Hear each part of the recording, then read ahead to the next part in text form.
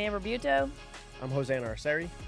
And today we have an exceptional guest, a friend of mine, a friend of the studio that we've done lots of work together. We're super excited to hear his story today. Welcome to the show. Shaider Divina. And we let him say that because I would have probably butchered that name. AKA Shy to me. That's what we call you around here. And thanks for joining us today. It's a pleasure. Thank you for having me. Yeah. Your story is a very unique story. And I love how you started, where you came from, and where you've arrived, basically. So today we're going to just talk about that. Talk about who is Shy and how did Shy get into the industry? You know, take us back to, because I think this is important, where you're from and kind of your transition to coming, because you're not from the U.S., Yeah. and kind of your transition to getting here to the U.S., back and forth, and that kind of journey. Yeah, so I was born in the Philippines in 1990, back in the day. And then I moved to Singapore when I was 7 because my dad was in the oil and gas industry, and that was his promise to bring his family to the next city he went. So I grew up in Singapore from 7 to 16. I was in Singapore, and then I moved to Houston when I was 17, and then had to move back to Singapore to serve in the military when I was 19. Wow. That is amazing. Yeah, because it's a mandatory military service, Yeah. similar to like how South Korea does it and I think Israel. And then right after the military, I moved back to the U.S. I was already 22, Yeah. and I didn't do any creative things other than I was a musician pretty much my whole life, but I didn't pick up any camera or anything Wow. prior to Yeah. turning 22 when Yeah. I came back to the U.S. So you always played an instrument? Did you sing? What was it that drew you to the music industry? I wish I could sing, but I played guitar in church. 'Cause Okay. pretty much my whole life, and yeah, so there's this band in Singapore, a local band. They played a lot of jazz stuff, but my skill level wasn't good enough to figure out by ear what they were playing. Yeah. So I took my brother's camera. So in order to figure out what they were playing, so I could learn it at home, I went to one of their gigs in a cafe, and I like zoomed in all the way with a 7200 and hit record on their hands. Wow. And then in order not to look like a creep, I pretended to take photos of everything else around. And then after that, right after the gig, the manager approached me. Hey, we didn't hire a photographer for this gig. Wow. Can you send us your photos? Wow. And I'm like, oh my gosh, I guess. You're like, yeah, And of then- his fingers. This is the only thing I Yeah. took pictures of. Fortunately, I had some friends who were in art school, Okay. and one of them was doing photography. So I asked her, hey, can you give me a crash course? Like Oh how to my edit. gosh. So that's pretty much how I got into it. And lo and behold, the photos came out in the newspaper the next day. Wow. So I'm like, that? how? So Yeah. I'm like, maybe I can do this. A little Yeah. destiny in there. Yeah, that's what I was thinking. That's a little bit of Jesus on that. Oh, yeah. I'm just saying. Yeah. I mean, to be in the audience trying to learn yourself how to Yeah. play an instrument. I wish I could play an instrument. I cannot, but Right. but to learn that away and then them to approach you like, Yeah. I just find really it hilarious imposter. how you were like basically wanting to film your tutorial of learning the Yep, instrument. DIY. That's Yeah. awesome. That's a Yeah. good idea. Yeah. If imposter syndrome was a person, that would have been me. Real imposter. wow. So then that's when you kind of started learning the trade of photography. hmm Was then. Yeah, and so when I came back to the States, I think Instagram started popping off then, Yeah. and I consistently wanted to get better, so took pictures of everything, and I was still borrowing like people's cameras at this point. I didn't have Yeah. the money to Yeah. I Yeah. had my iPhone. Yep. I think you had a guest here, William Jeffrey. He was big in the Instagram community, Yeah. and that's actually where I first met him through an Instagram meet, and Oh wow. that's how surrounding myself with community. Yep. Like who desire the same thing, who have the same goal, and that helped sharpen all my skills and learn from everyone. Yeah. Yeah. So good. Yeah, he was on he couch surfed just Yeah. like you. Like Yeah. they didn't have money for a camera. He bummed a camera, rented a camera, Yeah. split a camera, Yeah. couch surfed. I mean, it was just crazy. Y'all's stories are so inspirational. It's just like we say on here all the time, you got to use what's in your hand, and if you don't have it in your hand, find a way to get it in your hand to foster that creativity. And there's no right or wrong way to start. It's just start. Yeah. Yeah. And that's amazing about your story. And I like that you were given an opportunity, and you didn't go, "Oh, that I can't do that. That's not me." I don't. That's a way bigger than me. Because I hear that a lot too. An opportunity comes to a creative, and they're like, "Oh, I know I got a friend. He can really do it." Yeah. Instead of taking that opportunity and diving in, trusting in the gift that you've been given, and not just like not educate yourself, but trusting that gift, and then go foster it in a way where you go to somebody else that knows, like surround yourself in that community and teach me a few things. Yeah. I got to do this. Yeah. Yeah, I had my parents would never allow me to go to school for art because that's just like a whole immigrant parent thing. So I just had to learn from my friends who hey, what'd you learn in school today?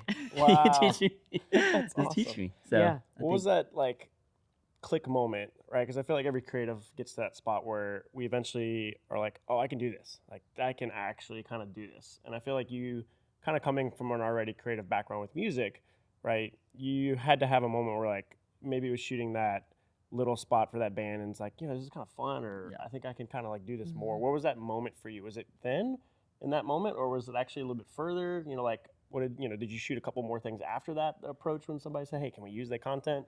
Like what was that moment where you're like, I can really kind of pursue this?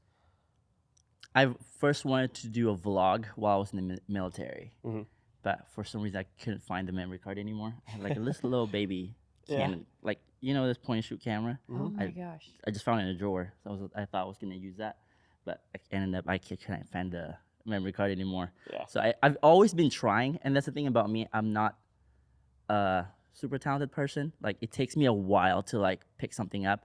Like even like music, it took me like 3 times to figure out how to play the guitar, drop it, like I can't do this. This is hard. Yeah. So it takes me 3 times. Yeah. Usually, and after the 3rd time, I still suck at it. All right, maybe this is not for me. So I like that. So it takes me a while to figure things out, but yeah. So it's just more of repetition for me, especially.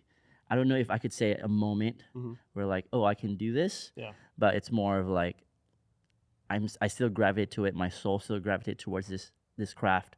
Yeah. I'm just gonna keep pursuing it, and then after the 4th try, if I'm good at it, I'm gonna pursue it. So. Yeah. Nice. That's great. Persistency. Yeah. Wow. I like that. Yeah, dedication and persistent. That's the other thing that I think allows people to hit success. Yeah. That like you have done, and to work with the people that you have the honor of working with now. Is that persistency and also the grace in that. I mean, you to say basically you failed 2 times before you get to the 3rd to succeed at it. Showing yourself the grace that it's not right out the box. You've got everything down pat and you've become perfect at things. To really hone in and persevere through. Learning the trade. Hosanna shot a lot too. So I know I'm sitting here with 2 expert photographers, and so I feel like they could talk for hours on just all of the details of shooting. But talk about your gear for a little bit, like because you started, like you just said, with a little Canon that you can find the card for, and then I know it's a big deal with Hosanna around here. It's like, look at my rig. Yeah. He brings in his whole thing. He's like, I got another piece for it. So like all of that. I know that's super important to y'all, and it's something. So talk about how you progressed in that and what your thought is behind your gear. Okay, I started. I don't even know what the model of that point and shoot was, but I was borrowing my brother's Rebel T1i for a long, long time. Nice. And then probably like 3 years after I started shooting, I bought my first 70D with my own money. Okay. And then now I have a Canon R5. I love it because it can shoot video and photo really, really well. Yeah. So I'm a very minimalist type of guy. Like I don't want to carry like a whole suitcase and stuff like that. I want to be able to hey, I see a moment, I just want to document it. Yeah. Like, I don't want to have to go out of my way to set something up. I mean, this is beautiful, but this is not me. Like, I want to be able to hold something as small as possible that I can keep on my body for, without knowing it's there. So Yeah. even my vlog setup right now is just the R5 and a really tiny 16 millimeter lens. So Nice. as small as I Little can. pocket pancake. Mhm. Yeah, those are fun. It's literally, I think, what is that? Those are called pancake lenses. Yeah. Yeah, Yep. those are So the blast. as much as I can, I want to carry something that's like it doesn't intrude with my life. Like I want because my goal is to just document my life right now. So, Yeah. yeah. You know, I forget which guest it was on that was talking about if you lined up I think it was Arturo. If you lined up all the cameras, people are always trying to strive to get to this like top red Yeah. or whatever, Yeah. right? Then their work will be. Mm-hmm. And it's actually the person holding it Yep. that matters. I was just in another studio the other day and I was advising on what equipment and how to build it and stuff like that. And they had like all this high end equipment, but they were just going to be shooting like teaching videos and things. Mhm. And I was like, that's a little overkill. You're not going to need Yeah. all of that, Yeah. but what you are going to need is some really talented people behind the camera to make that look the way you want it to look, What has your experience been in that?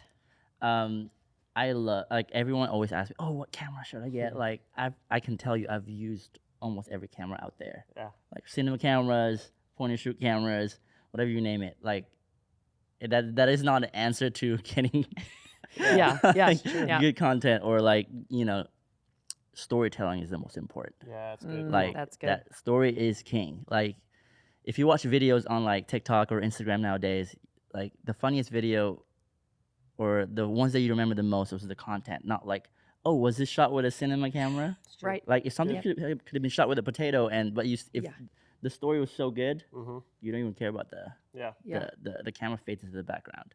Yeah. And I always just tell people, hey, you haven't, whatever you're watching this on, like use that. Yeah. Like all you have is excuses now. Yeah. So That's true. And I feel like, when you mentioned it's all about the storytelling and how you do that, there's so much to that other than just the camera, right? I mean, that's the way you color it. That's the angle you're shooting it at. That's the depth of field that you're shooting it at, or, the scene that you're building around it. I mean, we get put in a box of like, it's my gear, it's my camera. But it's really, like you said, it's just the storytelling and what you're doing to capture that moment and tell that story. And there's so much more that goes into that than just the lens and the camera body. How do you think people that are watching, how do you help encourage them to foster that?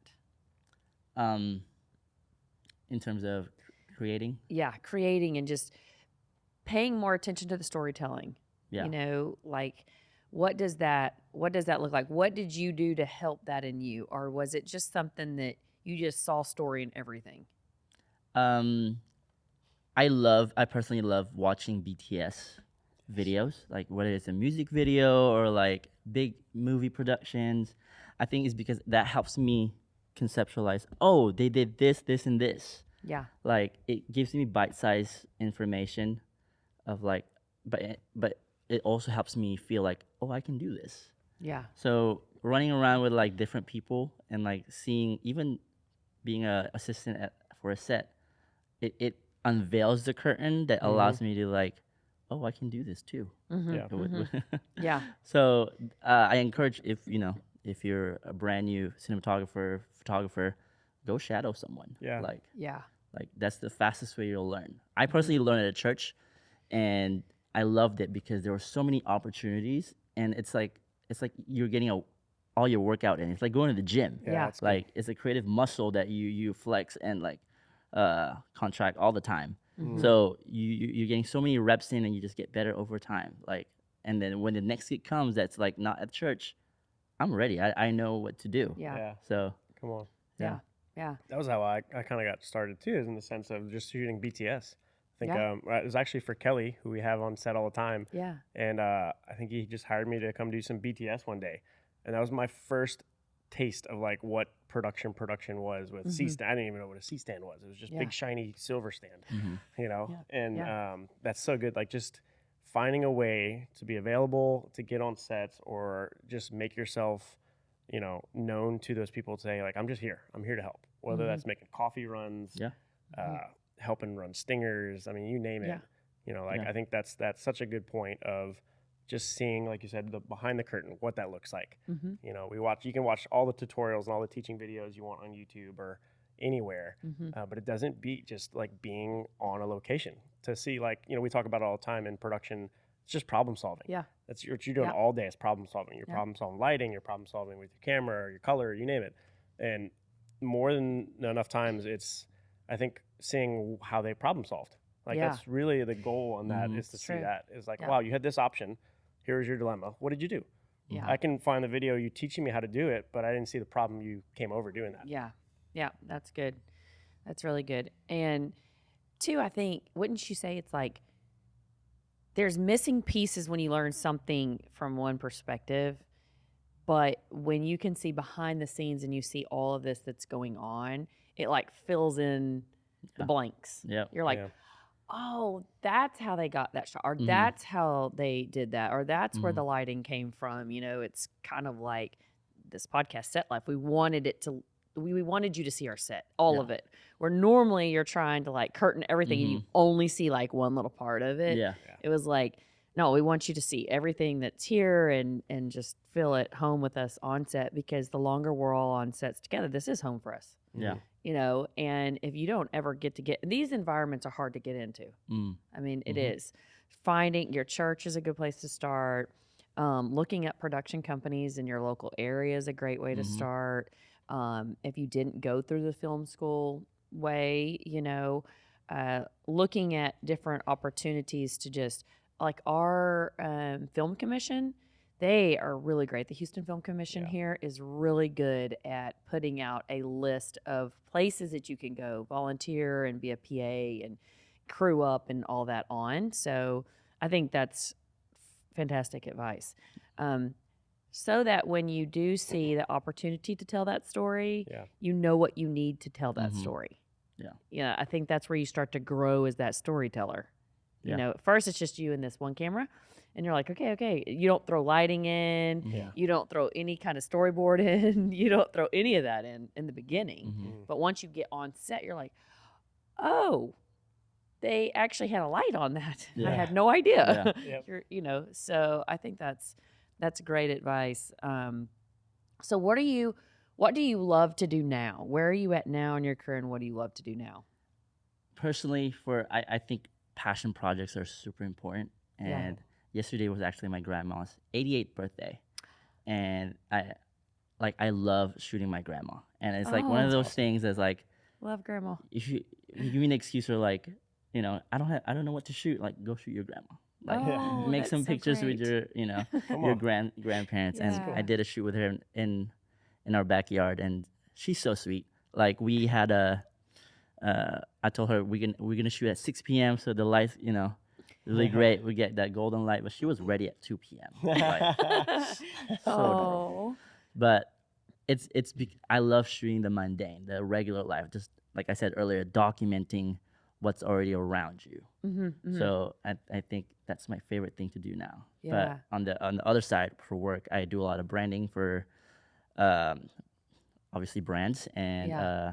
also artists and musicians and stuff like that. Mm-hmm. So- And in your career, you've done music videos, branding photo shoots. You've worked with some major artists and traveled with them, Yeah. correct? Yes. That's cool. And what is that like? What is that like to travel with, an artist or somebody like that doing their footage? Yeah. So for tour, you have about 24 to 25 cities in one nationwide run. But the thing is, once you get to the fourth show, you're gonna realize I'm shooting the same thing. Yeah. Yes, yes. So by the fifth show, you need. I realized, hey, I'm gonna need to like create something outside of the stage stuff. Like, so that's really important. That's where your creativity kicks in. Like, you need that's to good. tell That's good. another story Yeah. outside of just the show. Yeah. So yeah, I think that helped me like get outside the box because I don't want to be well. I get super bored really easily. Yeah. I don't want to be shooting like the same show for like 3 months Yep. straight. Yeah. So, yeah, I think I just filled in the blanks of like whatever things I could shoot.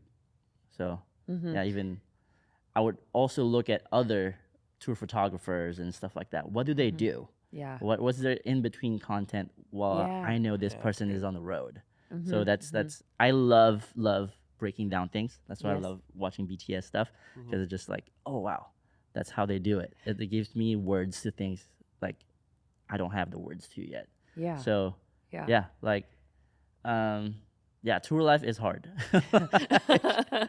It's especially like I'm in my 30s. Like, ooh, I love staying at Yeah. home. If I could do a studio shoot, Yeah. 1000%.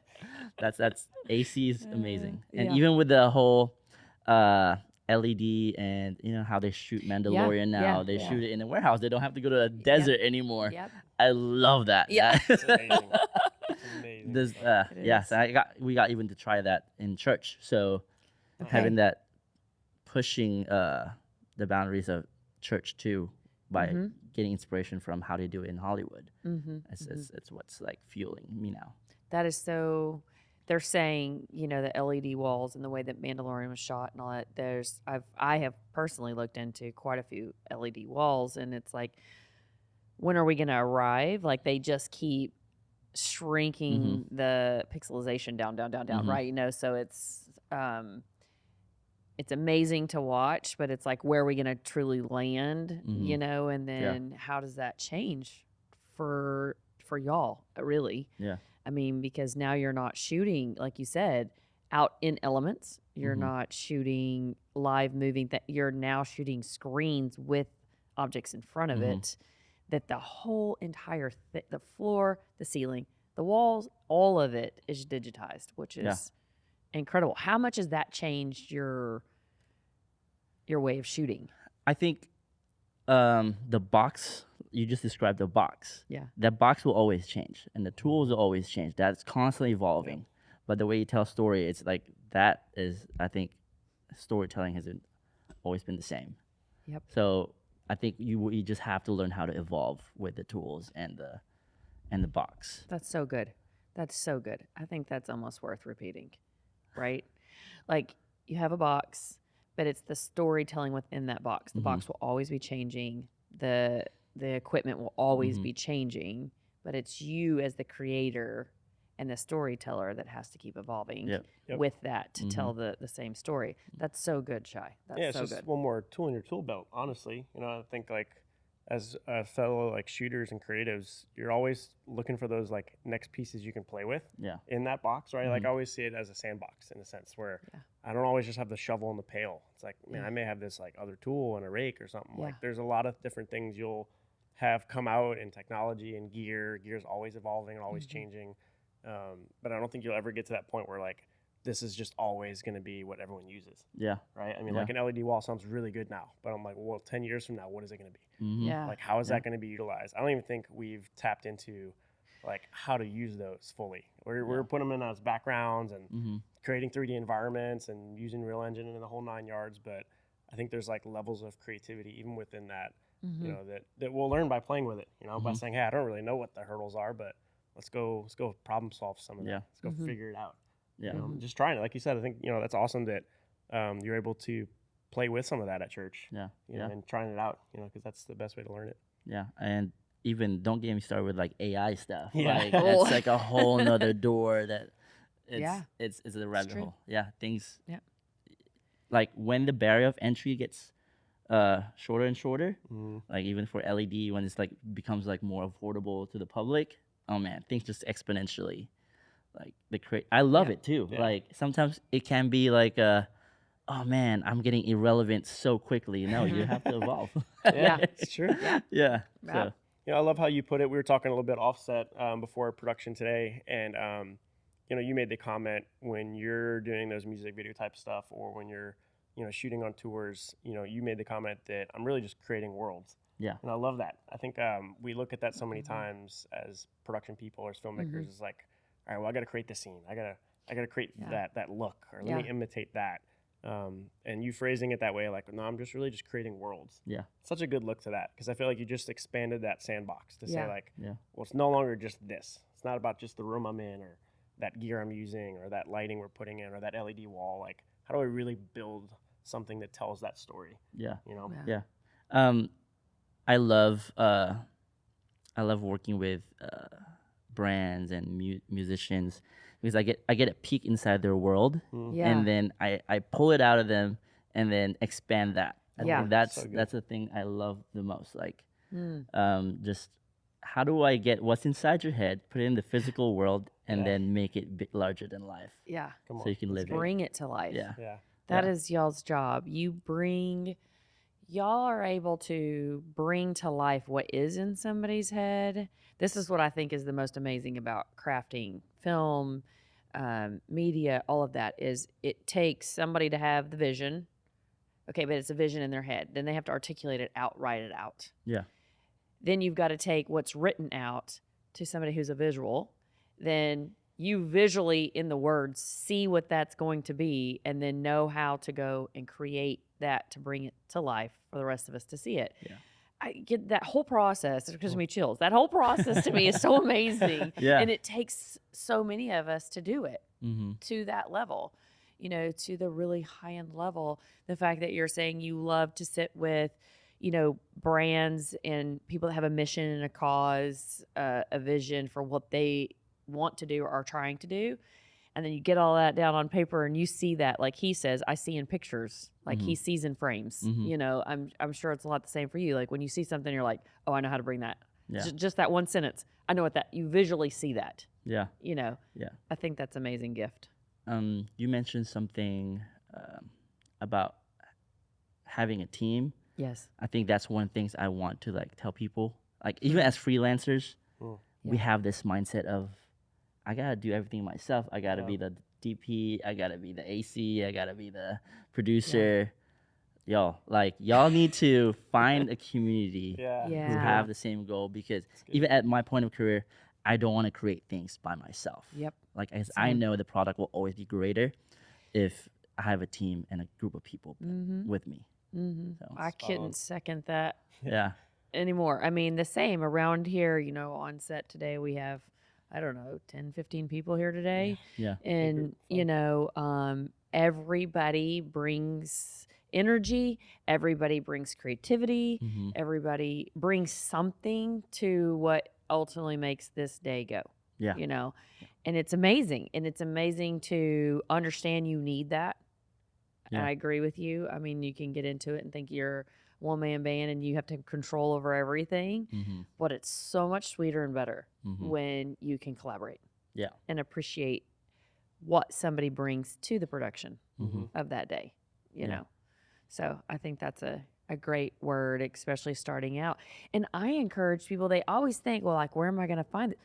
There's a whole community Everywhere. of creatives We're everywhere. Yeah. that, yes, that want to work together. Just Yeah. waiting for the invitation. Yes, Mhm. correct. There's like, hey, I had an idea. Do you want to meet with me today and like go over this from writing to editing to filming to producing? I mean, the whole thing. Yeah.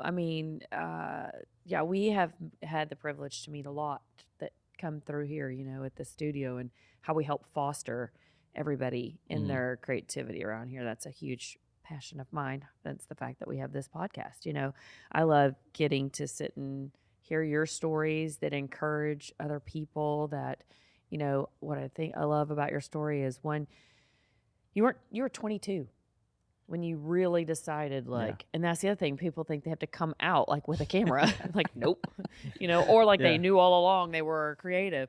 Well, you might have seen that you had a creative eye, but you didn't know how to translate that into actually doing something with it. Mhm. Yeah. Or maybe you didn't have the support of your parents. Yeah. Which we hear a lot.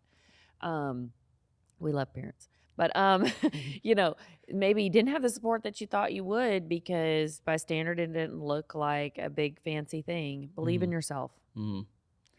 Yeah. That's what And I I would say. also think today also evolved in terms of the currency for talent today is not what we used to think. Mm-hmm. Today it's consistency. Yeah. That's Yes. good. Like Come on. Say that again. Yeah. Mm-hmm. we could there's these kids a bunch like on TikTok, like, oh, they do all these funny dances, they're so silly, you know, people go on their comments and like uh say a bunch of mean stuff, but at the end of the day they come back this exact same day, exact same time tomorrow, Yeah. putting out another piece of content. Mm-hmm. Yep.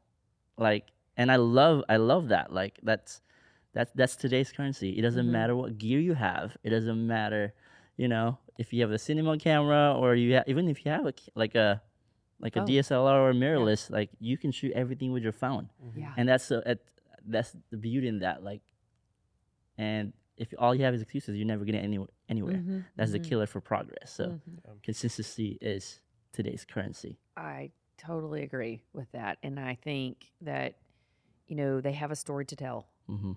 If you're creative, you have your version of a story to tell and be consistent at telling your story. Mm-hmm. I think that's a great, great, great word. I talked to one of my friends the other day who's got a really large following on Instagram. And I said, hey, how do you handle like all the hate that comes on there? Mm-hmm. And it was really interesting what he said. He was like, well, you kind of get used to it. It comes with the territory. It's like you're always. But in the beginning, if you stay on top of it and you set tone on your page that's not accepted here, we don't tear each other down Wow. here. We don't accept that here. Your comments won't stay. We won't interact with you. Then eventually your culture changes. Mm, And I was like, wow, that's good. that's so good. And, encouraging those that, are trying to get into, having some sort of influence or something. And if they're getting a lot of hate for the stories that you're telling, be consistent in telling them, but also stand up for yourself and saying, hey, man, we're all love here. Wow. Like, Yeah. if you don't like it or you don't want to be a part of it, there's like, I don't know, 1 billion other pages you can go follow. I don't know, Yeah. And so that was, kind of, he's like, well, you just got to kind of let that roll off and Yeah. set tone for what you accept in your influence, so yeah, consistency and believing in your ability to tell stories, I think is really, really what we have to foster with the next generation coming up in this. Yeah, and I Okay. think the culture part too. I think that's so important because, if you're putting that out there to have a good culture on your set or on your production or in your sphere of influence with your community, like you're just gonna attract more of that. Mm. Like if I'm putting out just a bad vibe on my shoot days, then nobody in the community is gonna want to partner with that Yeah. or want to work Yeah. with me on that, Yeah. right? And then I'm frustrated because I'm struggling. Nobody wants to come on set, Yeah. no matter the budget or Mhm. pizza or whatever I'm Yeah. offering. It's like Yeah. I heard bad things about that. Mm-hmm. But if you're out there building culture, we talked about just now about stewarding those dreams to see those like passion projects. Mhm. I think it's so important as creatives that we like encourage or pour into other people's passion projects. Mm. Right? Like as a filmmaker, I love hearing what you're doing because I'm like, all right, how do I partner with him on that? Mm. How do I like stand in the gap for what he's doing? Or Mhm. how do I help? Because at the end of the day, like your passion project should also be my passion project as a creative. Like our goal as creatives is to just influence the world through our creativity. And so if I can step into yours for a second, I may actually gain some knowledge or information out of helping you walk out your passion and dream in that for mine in the same time. Whether I'm Yeah. seeing a different creative way you did something or whether I'm connecting with people on your set or making those connections with who you have and wow, man, we were just hitting it off with this person. Sweet. Like let's do production together. Yeah. I think we run into that wall as Yeah. young creatives. I think there's a generation of creatives who are like fighting through that urge right now of like, oh, I don't know if I'm up for the whole building community and investing Yeah. in others. But we need it so badly. Mhm. Mhm. We so Mhm. badly need it. Yeah. So Yeah, I think that's true. Okay, so what's next? I just want to like take a step back so I can move forward. You said something about sharing with other people, like your dreams or your passion projects and stuff like that, and like even mentoring people. Mhm. That has helped me so much. Like Mhm. teaching someone else my skill Yes. and seeing them. I have one of my friends. His name's Rodrigo, and we taught him probably like 2-3 months ago how to shoot digital photography, And I think last week he just recently shot his first wedding. Like Come it's the second shooter. Nice. Oh. And I saw in his story, wow, I wish I could do this every single day. Wow. And I was like, wow. And I That's already awesome. get to do that every single day. So that gratitude Yeah. is Yeah. so important. Mhm. Like your perspective. Like there's a lot of people that wish they could be doing this every single day. So Yes. everything I get to do from now on, like I was praying before that I wanted to get here. So, but now that I'm here, what's next? Like first of all, I want to be grateful. Yeah. Like even good. being on this podcast, I am Yeah. grateful. Like that you guys even invited me. I'm like, what? I don't know what to say. It's like, do I got something to say? I was just a kid taking Kid, videos you. of people's hands. So yeah, so that anything from here on out is bonus for me. Yeah. Like, I just want to help elevate people and create more worlds. Yeah. So That's So good, good. Shai. Yeah. That's really good. Well, it's crazy to think that somebody that has accomplished what you've accomplished and done what you've done and worked with the people that you've worked with could be so humble. So I just have to speak to that. Like I appreciate your humility. And we never see our own greatness really. And you definitely have greatness. God has put such a calling Yeah. on your life of greatness in this industry. And, we just appreciate your willingness to pursue that, follow it, be consistent in it, yeah, and love and encourage others yeah. in it. Thank you. So Yeah. thanks for joining us today. Thanks for letting us into your world. Yeah. Thanks for sharing some great advice, for those that are, in the industry or coming up in the industry too. We really appreciate it. And so thank you. Thank you for that, Thank you Hosanna. guys so much. Thank Yeah. you Yeah, for having bro. me. You're awesome. Yeah. Do you have anything you want to say? No, I had a funny question. Did you ever learn that song that you videoed? No, No. it was too hard.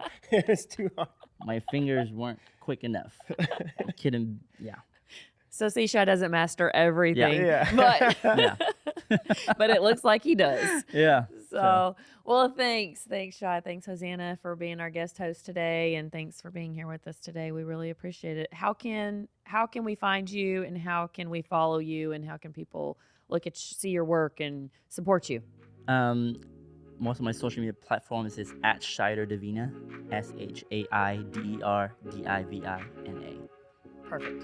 Perfect. So go check out his work, show him some love, and until then, we'll see you on Set Life.